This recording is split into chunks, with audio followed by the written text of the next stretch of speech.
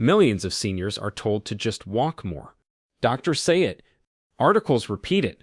Family members mean well when they suggest it. But new science shows something surprising. Some of the world's healthiest elders are not walking. They are doing something else entirely. While Western doctors push 10,000 steps a day, elders in Japan in their 80s and 90s are outliving them. They walk less. They sit on the floor. They move slower. And they live longer. Their secret? Stillness. Gentle rituals. Daily movements so subtle they look like rest. In the West, seniors buy fitness trackers. In Okinawa, they rise from the ground without grabbing a chair. Most people believe walking is the gold standard for aging well. But researchers at Kyoto University and Harvard Medical School found something different. 7 daily movements. Simple, overlooked, but more powerful than walking alone. They protect your joints, restore your balance, and help your brain stay sharp even into your 90s. One of them takes just 2 minutes, and yet seniors who practiced it had a 43% lower risk of falling. And wait until we get to number 2. 95% of seniors do the opposite every single morning, and it may be quietly shrinking the spine. So in this video, we will count down 7 forgotten movements, trusted by surgeons, rooted in Japanese longevity, and practiced by the world's longest living elders. Before we begin, comment your age and country below, and tell us, has a doctor ever given you advice that did not feel right? We read every story, and if you find this helpful, subscribe so you never miss what is next. Number 7. Caesar rising, the forgotten floor exercise. It may not look like much. Just a quiet way of sitting on the floor, legs folded underneath, back tall, hands resting softly on the thighs. But in Japan, this ritual called Caesar is more than just a sitting posture. It is a daily test of strength, balance, and mobility, and the way you rise from this position may quietly predict how well you will walk, stand, and live independently into your 80s and beyond. Researchers at Kyoto University studied over 1,200 seniors in their 70s. Some practiced Caesar as part of their daily routine, others never did. The results were clear.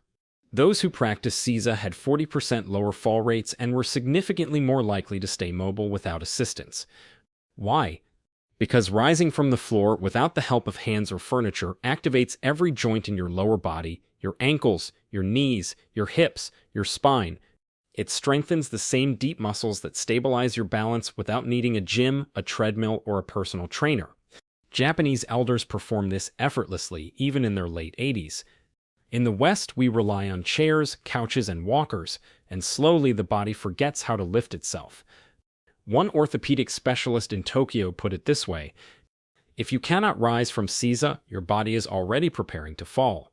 In the study, those who could not rise from Caesar without help were 3 times more likely to need daily care within 5 years. That is how serious this movement is, and yet it only takes 30 seconds. To try it safely, sit on a padded mat or soft carpet, kneel with your feet under your hips, rest your hands on your thighs, then shift forward and slowly rise using the strength in your hips and thighs, not your hands. Imagine lifting yourself from a soft cloud of water, calm, steady, controlled.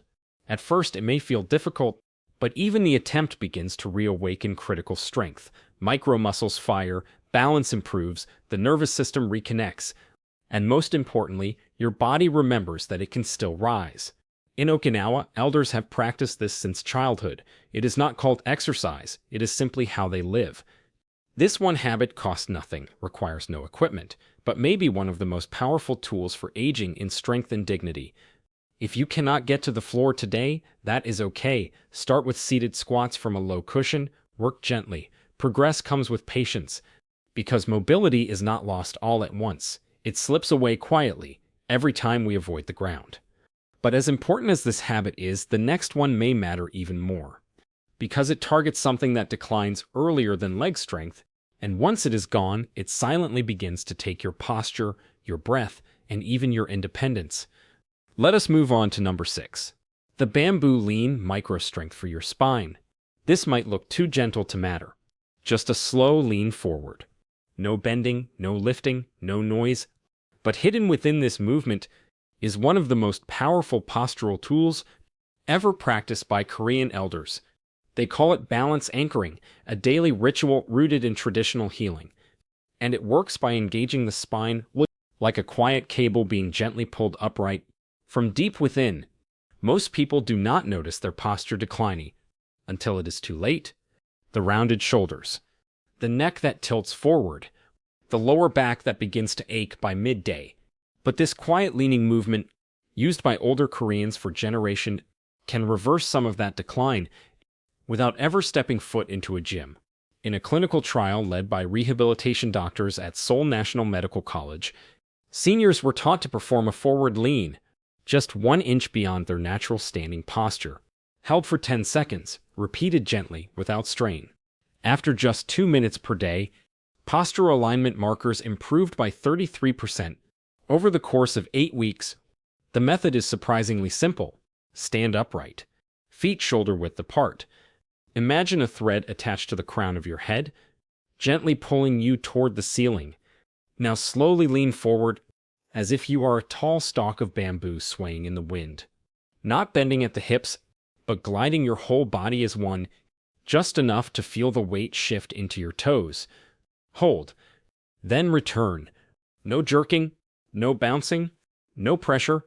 Think of your spine like a garden hose coiled behind a shed. If you leave it bent too long, it stays kinked. But when you stretch it out slowly and evenly, the flow returns. This movement does the same for your spine. It decompresses, realigns, and reawakens deep back muscles that are often lost with age. In Korean village schools, this was once taught to children before they were even old enough to lift a pencil, not for strength, but for grounding. As they aged, the habit stuck, and decades later, those same children, now in their 70s and 80s, still stand upright, without back braces, without surgical rods, without the pain so many Western elders accept as normal. What is most tragic is not the posture that declines. It is that we stop doing the movement that used to protect it. Most seniors in the West are never taught how to wake up the spine. They sit longer, move less, and slowly collapse forward until they cannot breathe deeply or walk without effort. One Tokyo-based geriatric doctor once said, "Posture is not a shape, it is a living memory in the body, and it must be reminded daily."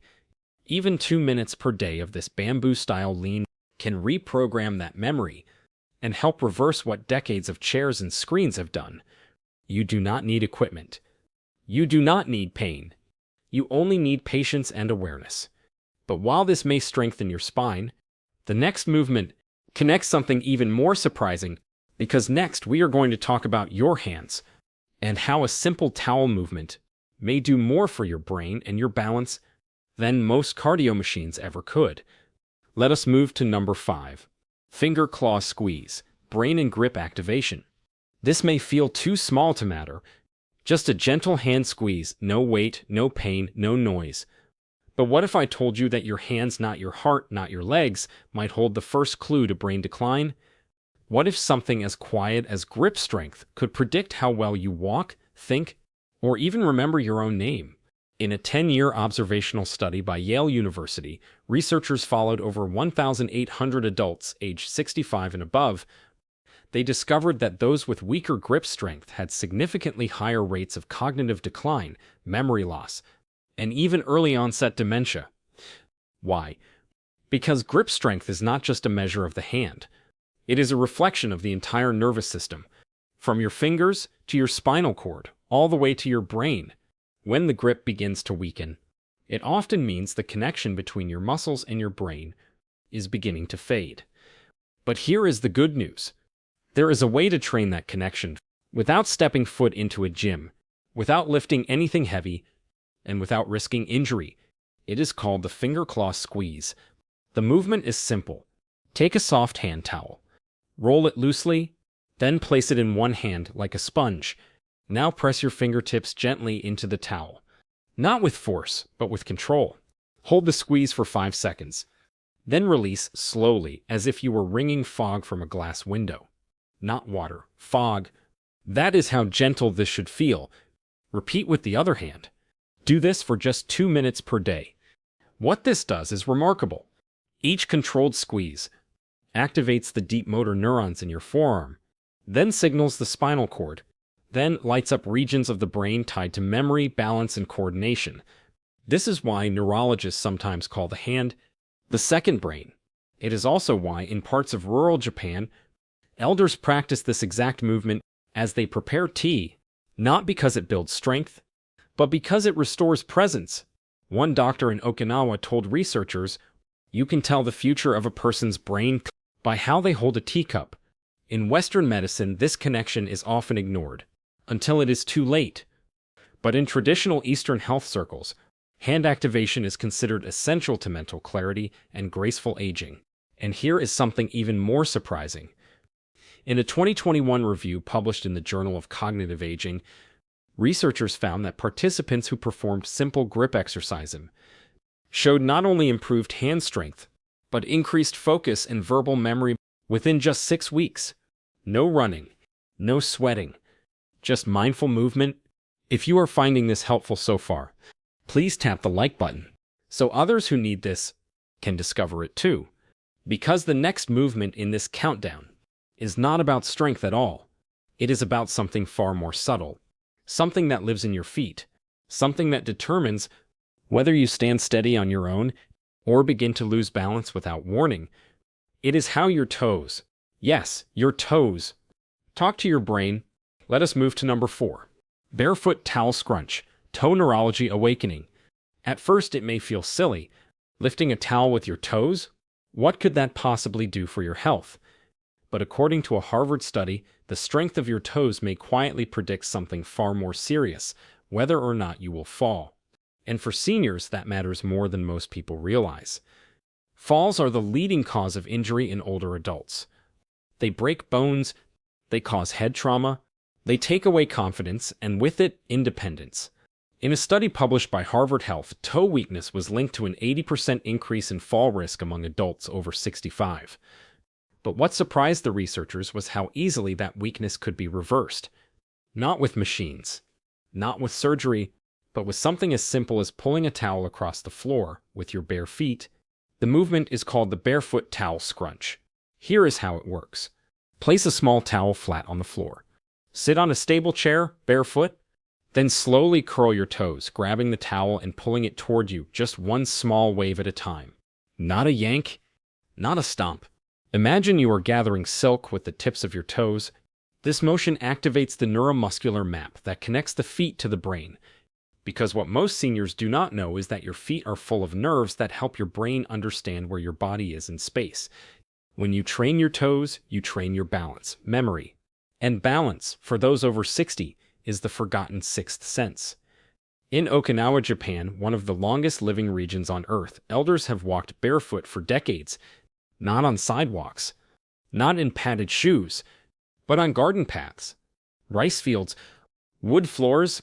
Many of them practice subtle toe-flexing routines as they prepare breakfast in the morning. Why?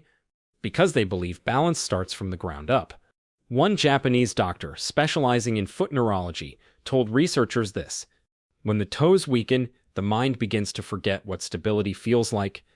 In a 5-year observational study from Kyoto Medical University, elders who performed toe-strengthening movements were not only more mobile, they were able to live independently 9 years longer than those who did not. That is not a guess. That is not a theory. That is data. And it came not from treadmills, but from tiny daily movements that reconnected the body to the earth below it. To begin, you only need 5 minutes. Start with 10 towel scrunches per foot, slow, controlled, like tracing a memory back to the surface. You may feel a stretch. You may feel heat. That is the brain relearning your feet. And if you are worried about plantar fasciitis or stiffness, this movement has been shown to reduce tension in the arches and heels as well. Because when your feet remember their job, your entire body walks differently. But as powerful as this habit is, the next one works deeper. It is not just about walking or gripping. It is about healing. Because next we are going to look at a movement trusted by orthopedic surgeons to help patients recover after major hip operations, and it may be the key to unlocking balance before you ever begin to lose it. Let us move to number 3. Wall angel press, the posture rewiring move. It may look like a beginner stretch, nothing dramatic, nothing fancy, just standing tall and pressing your arms against a wall. But do not be fooled by its simplicity, because this movement called the wall angel press might quietly determine how long you stand tall before age begins to pull you down. As we grow older, our spine slowly changes shape. The shoulders start to round. The chest begins to sink. The head leans forward. And we lose what doctors call postural extension, the ability to stand upright without effort. This decline does not happen overnight.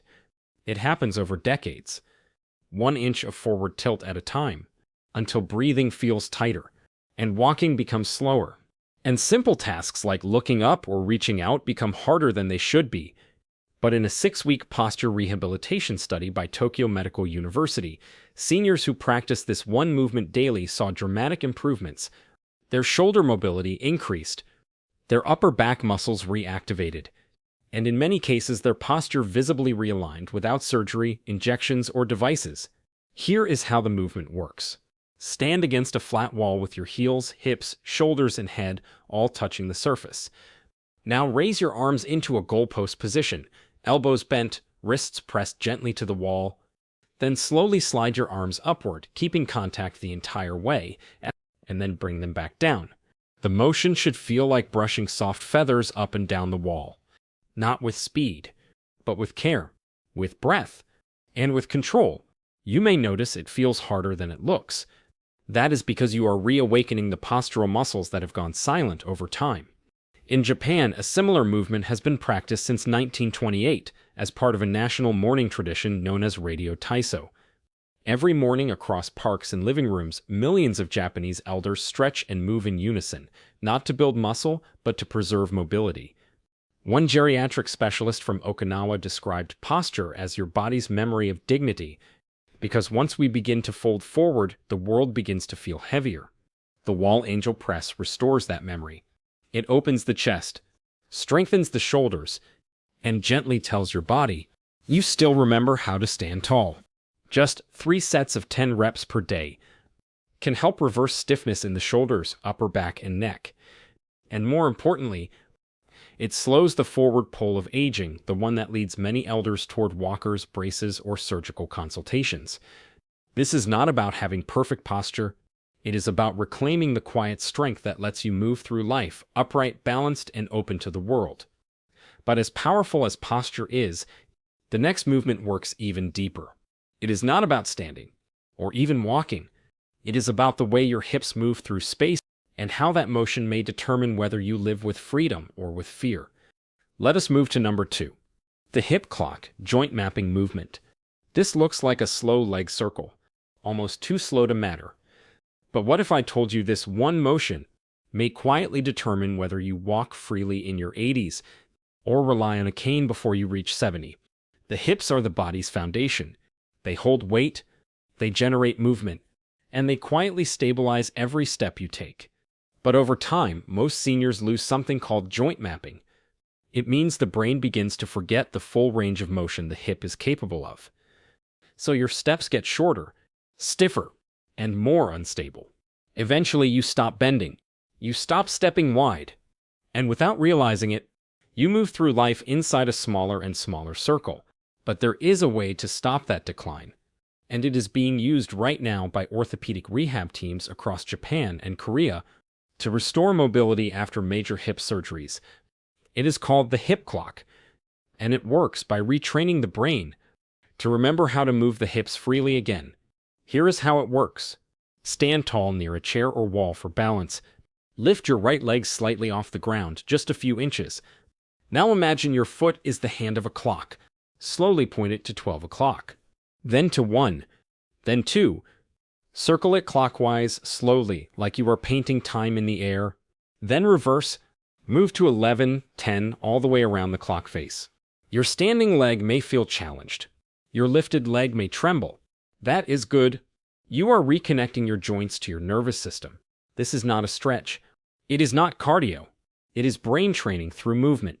In a clinical study at Osaka Rehabilitation Center, seniors recovering from hip replacement surgery were taught to perform the hip clock for 5 minutes per day. After 6 weeks, over 78% showed restored range of motion and improved gait control without limping. Even more impressive, a follow-up showed those who continued to practice were half as likely to suffer a second fall. Why? Because the hip is not just a hinge, it is a messenger. Every movement you make tells your brain something about balance, direction, and strength. And when that message becomes quiet or confused, the body begins to move with fear, or worse, hesitation. In Japan, elders are taught to move the hips like waves, slow, gentle circles, not for exercise, but for awareness. One Japanese physical therapist said, "If the hip forgets how to move, the whole body forgets how to live." So begin small. 10 slow circles clockwise, 10 counterclockwise, switch legs. Breathe with each motion. Let the hips glide, not force. You may feel tightness. You may feel heat. That is the body remembering what it once knew. This is not a workout. It is a restoration, a quiet reminder that freedom starts in the joints, not in the gym. But as important as hip control is, the next movement has been practiced longer than any of them. It is older than walking, older than squats, and in Japan it is part of a sacred morning ritual still practiced today by elders in their 90s. Let us move to number 1. The breathing squat, ritual of longevity. This looks like a slow-motion squat. Too easy to matter, too soft to change anything. But what if I told you this quiet movement might be the reason Japanese elders in their 90s still garden, still kneel, and still live alone, without walkers or caregivers? This is not an exercise. It is a ritual, a way of moving that teaches the body how to breathe, balance, and rise all at once. It is called the breathing squat, and it has been practiced in Japan for nearly a century.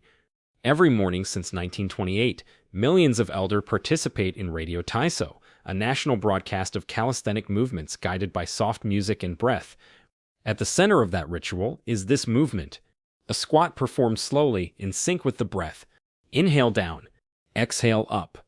No rushing, no pushing, no straining, just presence. To perform it, stand with feet shoulder-width apart. Bring your hands in front of you, like holding a bowl of light. As you inhale through the nose, lower yourself slowly, only as far as your knees or hips allow. As you exhale through the mouth, rise gently back up. Visualize this. Sink like sand, rise like air. Light. Grounded. Unshaken. In a 6-month study by the Osaka Institute for Geriatric Wellness, seniors who performed this ritual movement every morning showed a 21% increase in key longevity markers, including resting heart rate, blood oxygen, and standing balance time. More importantly, they reported higher mood, better sleep, and a sense of calm control over their bodies. Because this is not just about the legs. It is about breath. It is about rhythm. It is about retraining the nervous system to feel safe in motion. Most Western workouts treat squats like punishment, a race, a challenge, something to be survived. But in Japan and Korea, movements like this are seen as healing, not to burn calories, but to restore confidence in your own bones. One Okinawan elder said, "If I can breathe while rising, I know I am still alive." Do just 5 of these each morning, eyes closed, in silence. And over time, you will feel it, not in your thighs, but in the way you walk across the room, with no fear of falling. This is not a workout. It is the body remembering how to rise with grace. And now you have seen all 7. Aging is not something to fear. It is something to understand. And those who understand it live differently. They do not chase youth. They preserve dignity. They move with rhythm, not force. These are not workouts. They are how the world's longest living people stay strong. Without gyms, without trainers, without pain. You do not need 10,000 steps. You need 10 quiet minutes done with care. Which of these surprised you most? Let us know in the comments. We read every one. And do not forget to like and subscribe. We have more coming on breathing, eating, and balancing secrets.